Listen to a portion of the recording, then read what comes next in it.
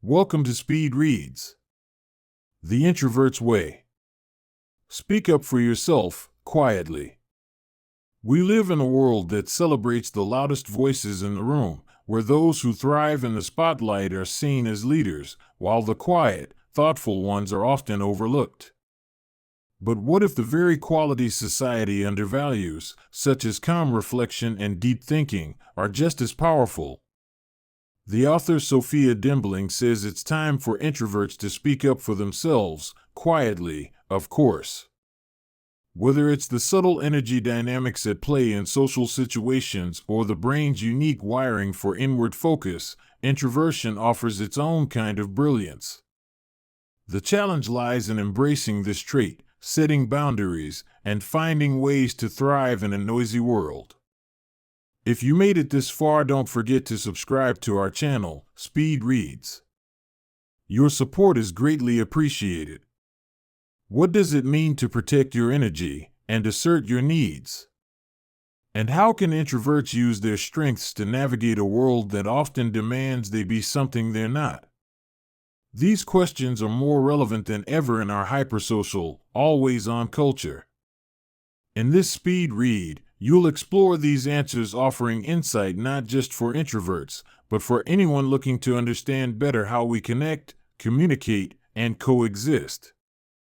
Being an introvert in an extrovert's world, life as an introvert can be tough at times. You might doubt yourself, wondering if there's something wrong with you. Why is it that you can't stand parties? Is it normal to like being alone so much? And then, even if you accept that you're an introvert, others might not. You're not really an introvert, they say. You're capable of conversation. You have friends. Well, of course. These things aren't mutually exclusive. There's a lot of confusion about introversion, what it is exactly, and whether or not it's better to be extroverted. Introverts often feel misunderstood or even judged for being who they are. And it's no wonder, given the society we live in. Parents worry about the child who prefers to play alone in their room or the bookworm teenager who's happiest at home. In the workplace, people are made to feel guilty if they're not team players. In the U.S., extroversion is particularly valued. The noisy ones, politicians, public figures, and people posting on social media, get the most attention. Quiet thinkers are drowned out by the racket. But quiet can be powerful too. The actor Marlon Brando once spoke about his character in The Godfather. It was a deliberate choice to give Don Corleone a calm, quiet voice, so quiet it was almost inaudible at times. When he speaks, others listen.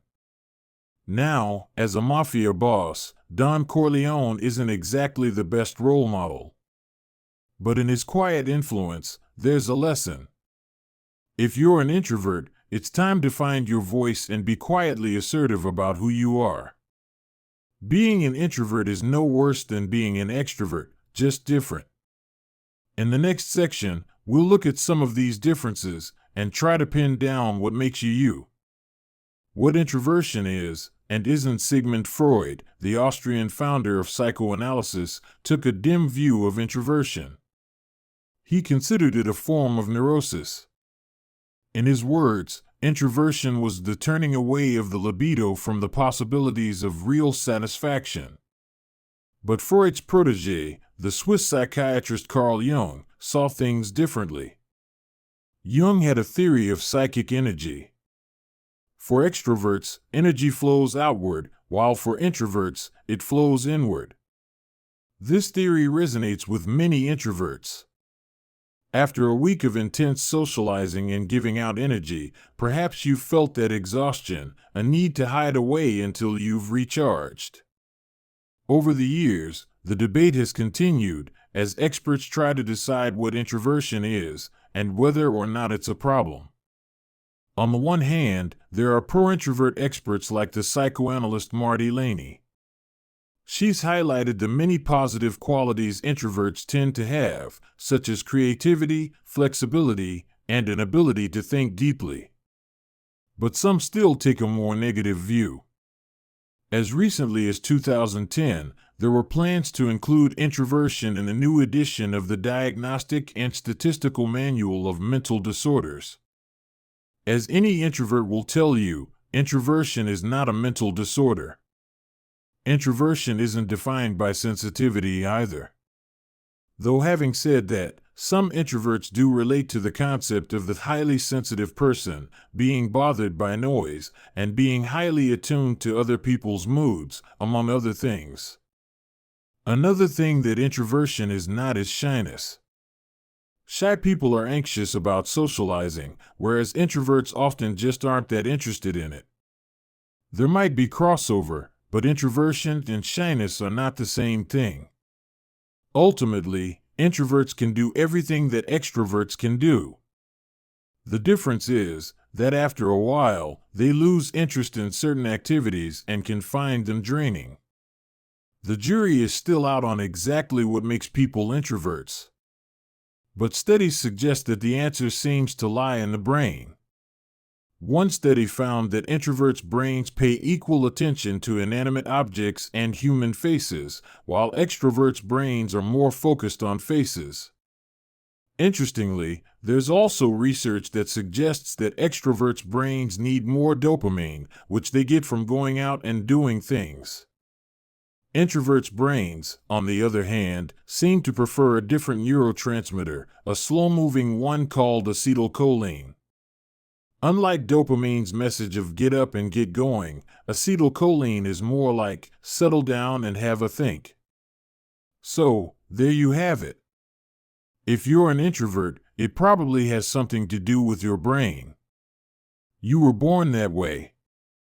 Manage your energy. Earlier, we mentioned Jung and his theory of psychic energy. You might be wondering, what is psychic energy, exactly? Is it something that can be scientifically measured? Is it real? We don't have all the answers yet.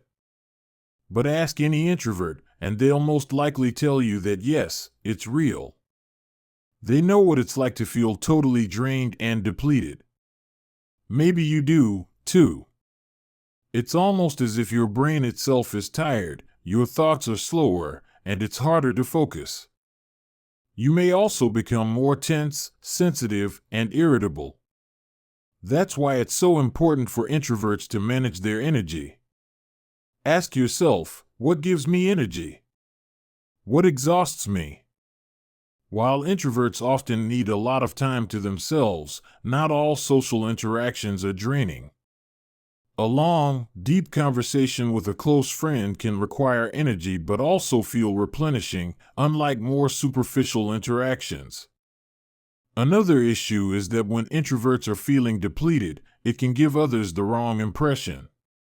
People might think they're cold or unfriendly, when in fact, they're just exhausted. Energy is a finite resource, so think carefully about how to invest it. Before committing to something, it's worth asking yourself, what's in it for me? Of course, some social situations are unavoidable. And besides, you don't want to completely withdraw from society.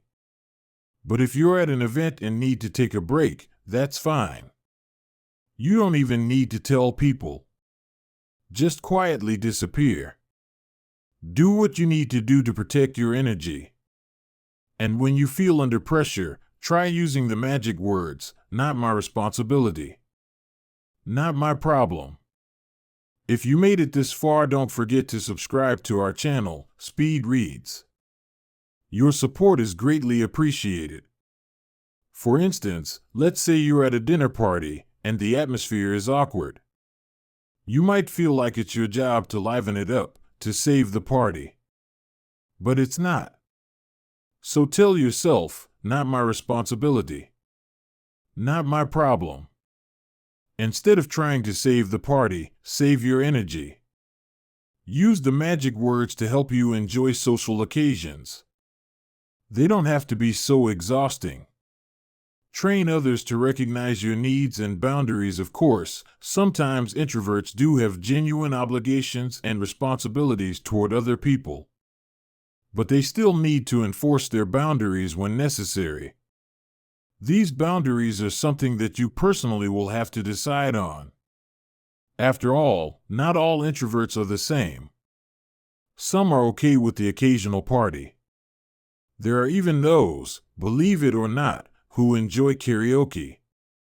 So, think about your own preferences and find a way to balance your need for solitude with your need for social interaction. As previously mentioned, that means managing your energy and recognizing signs of burnout. If you're starting to feel frazzled at a party, is a quick bathroom break enough, or is it time to go home? Know the warning signs so you can get out before you start to sulk or snap. Unfortunately, not everyone understands introverts' needs. If you leave an event early, for example, someone might get offended. You don't want to hurt people's feelings if you can help it. And while you may not owe a stranger an explanation, your friends and family probably deserve one. So, when necessary, tell your loved one that you need to look after your energy. Assure them that you'll be better company after you've had some time to yourself. And stress that this has nothing to do with how you feel about them.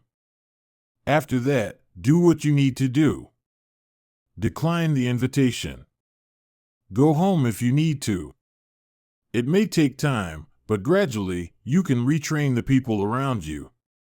Every time you excuse yourself from the room or choose to have your morning coffee alone, you're teaching other people what to expect of you. Over time, they'll get it. They'll see that you come back happier and more energized after a break. And when you're tired, they might even learn to spot the signs before you do and spontaneously give you some space, a bit like parents suggesting nap time to a grumpy toddler. So, defend your right to be an introvert. Recognize your needs and maintain your boundaries. In doing so, you'll teach others to do the same. Survival tips for social situations. Here's something you can probably relate to. Stepping into the bathroom at a party, closing the door, and savoring the solitude. When your brain is overstimulated, there's nothing quite like a bit of peace and quiet. Of course, if you really hate parties, you don't have to go. Keep declining, and people will eventually stop inviting you. But many introverts like to feel included, and don't mind the occasional gathering. The trick is to do it in a way that you enjoy, so it doesn't take too much of a toll on your brain. So, let's go through some tried and tested strategies you can use when it's all a bit too much. Like bathroom breaks, bookshelves also offer a retreat. When you're at someone's house and you need a break, spend a few minutes browsing the shelves. Looking at books can give you a chance to catch your breath and recharge. Or, if there's a pet around, give them some attention. Fussing over a dog or a cat allows you to ignore people without seeming rude. Alternatively, instead of escaping, try another survival tactic, keeping busy. At parties, many introverts become kitchen elves, collecting glasses or wiping down surfaces. It's a great way to be in the middle of things without having to make the effort to socialize. Some things in life can't be avoided, though, such as small talk, which introverts find incredibly draining. And the thing is, small talk isn't restricted to cocktail parties. It's basically a social obligation. It's how people connect. No matter how introverted you are, you can still find ways to engage in light, superficial conversations every now and then.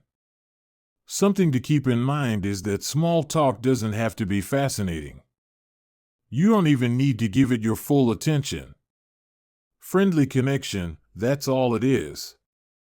And if you find yourself worrying about what to say, ask questions. If the other person is an extrovert, it shouldn't be too hard to get them going. And who knows, you might even learn something interesting. Either way, asking questions is a good strategy. Chances are, after talking about themselves, the other person will remember you as being charming. Be yourself while finding middle ground. Even in this noisy, extroverted world, it's possible for introverts to live well while being true to themselves. Think about what that means for you. Where do you need to assert yourself? Where should you try to push yourself a bit more? If you want to start making some changes in your life, take it one small step at a time. Real change comes from making little decisions every day, deciding not to be swayed by others or choosing to ignore the critical voice in your head. Affirmations can be really helpful. They're a way to drown out those negative voices and keep you on the right track. For example, tell yourself, being at home is doing something. This time can be valuable. You don't have to justify it to anyone. Another affirmation is, I can love others without being responsible for them having a good time. And lastly, I know my needs better than anyone else. With all of this in mind, you're ready to live life on your own terms and in your own introverted way. Ideally, though, introverts should aim to find middle ground, to stand up for themselves without getting defensive, and to accept extroverts as they are, too. In turn, extroverts will hopefully come to appreciate the sense of calm that introverts bring with them. Mutual acceptance and mutual respect, that's what we should be aiming for. When there's balance, harmony between the yin and yang of introversion and extroversion, the world is a better place. Final summary. In this summary to The Introvert's Way by Sophia Dembling, you've learned that being an introvert in an extroverted world can feel like swimming against the tide.